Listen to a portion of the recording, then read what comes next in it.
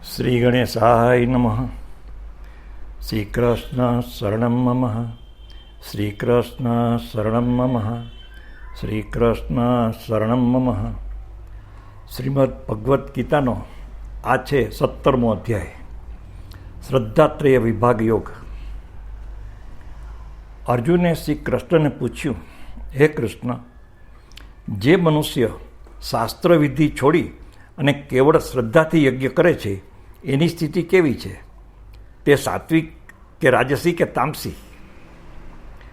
ત્યારે કૃષ્ણે જવાબ આપ્યો, મનુષ્યમાં ઉત્પન્ન થયેલા આ શ્રદ્ધા સાત્વિકી, રાજસી અને તામસી એ 3 પ્રકારની હોય છે. એ વિશે તું સાંભળ. દરેક મનુષ્યની જેવી શ્રદ્ધા હોય છે તેવું તેનું સ્વરૂપ પણ હોય છે. સાત્વિક પુરુષ દેવોને પૂજે છે, રાજસી પુરુષ યક્ષ તથા રાક્ષસોને પૂજે છે અને તામસી પુરુષ પ્રેત અને ભૂતગણોને પૂજે છે. જે મનુષ્ય શાસ્ત્રવિધિ રહિત કેવળ મનોકલ્પિત ઘોર તપ કરે છે, દંભ અને અહંકારયુક્ત, કામનાઓ અને આસક્તિના બળથી પ્રેરાઈ અને કેવળ અભિમાનથી યુક્ત છે, તેઓને આસુરી નિશ્ચયવાળા જાણ. પ્રત્યેક પ્રાણીના આહાર, યજ્ઞ, તપ અને દાન 3 પ્રકારના છે.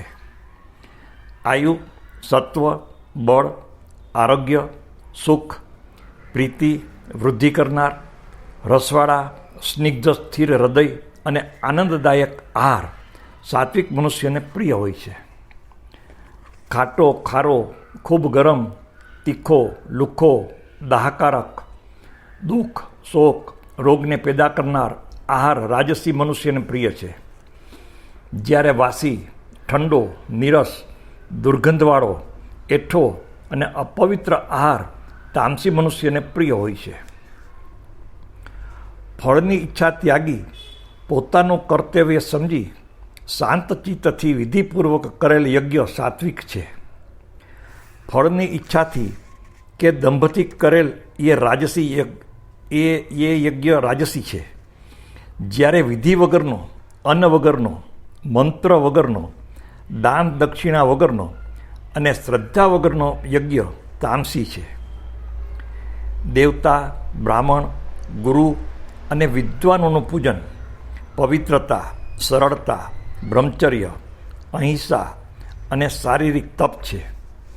ઉદ્વેગ ન કરે, સત્ય, પ્રિય, હિતકારી વચન તથા સ્વાધ્યાયનો અભ્યાસ એ વાણીમય તપ છે.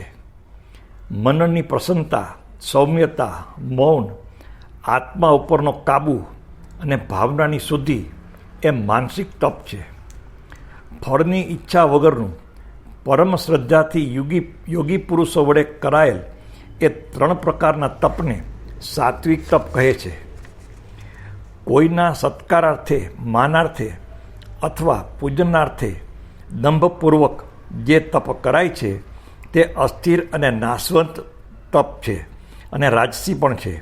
જ્યારે બીજાનું અનિષ્ટ કરવા માટે અજ્ઞાનપૂર્વક હઠથી મન, વાણી, શરીરની પીડા માટેનું તપ એ તામસ છે.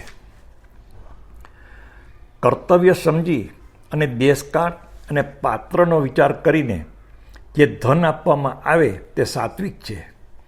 સામાના ઉપકારાર્થે ફળને ઉદ્દેશી અને કચવાતા મનથી જે દાન અપાય છે તે રાજસી છે. જ્યારે અયોગ્ય દેશકાળમાં અપાત્રોને સત્કાર વગર અપમાનપૂર્વક જે દાન છે તે તામસ છે. ઓમ, તત અને સત 3 શબ્દો પરમાત્માના પર્યાય વાચક છે. બ્રહ્માજીએ બ્રાહ્મણોની ઉત્પત્તિ ઓમમાંથી કરી. તે જ પ્રમાણે વેદ તથા યજ્ઞ પણ ઓમમાંથી સર્જાયા છે. માટે તપ, યજ્ઞ, દાન વગેરે કર્મોમાં શાસ્ત્ર પ્રમાણે વેદને જાણનાર ઓમનો ઉચ્ચાર કરે છે. જે ફળ મેળવવા ઈચ્છતા નથી અને મોક્ષની ઈચ્છા કરે છે તે માણસો કર્મ કરતી વખતે તત્ત શબ્દ બોલે છે. સારી ક્રિયાઓ, સારી ઉત્તમ ભાવનાઓ અને ઉત્તમ વિચારોમાં સત શબ્દ વપરાય છે. યજ્ઞ, તપ, દાન વગેરે કરતી વખતે જે સ્થિતિ દેખાય છે તેનું વર્ણન સત શબ્દથી થાય છે. તેને નિમિત્ત રાખી અને જે કાર્ય કરીએ તે પણ સત કહેવાય. હે અર્જુન, જે મનુષ્ય યજ્ઞ, દાન, તપ કરે પણ શ્રદ્ધા ન હોય તો બધું જ અસત ગણાય છે. અને આવી રીતે કરેલા અસત કર્મો આ લોકમાં તો ફળ આપતા નથી, પણ તેનું ફળ પરલોકમાં પણ મળતું નથી. શ્રીમદ ભગવદ્ ગીતાનો આ હતો 17મો અધ્યાય. આવતીકાલે આપણે 18મા અધ્યાયમાં પ્રવેશ કરશું. જય શ્રી કૃષ્ણ, જય શ્રી કૃષ્ણ, જય જય શ્રી કૃષ્ણ.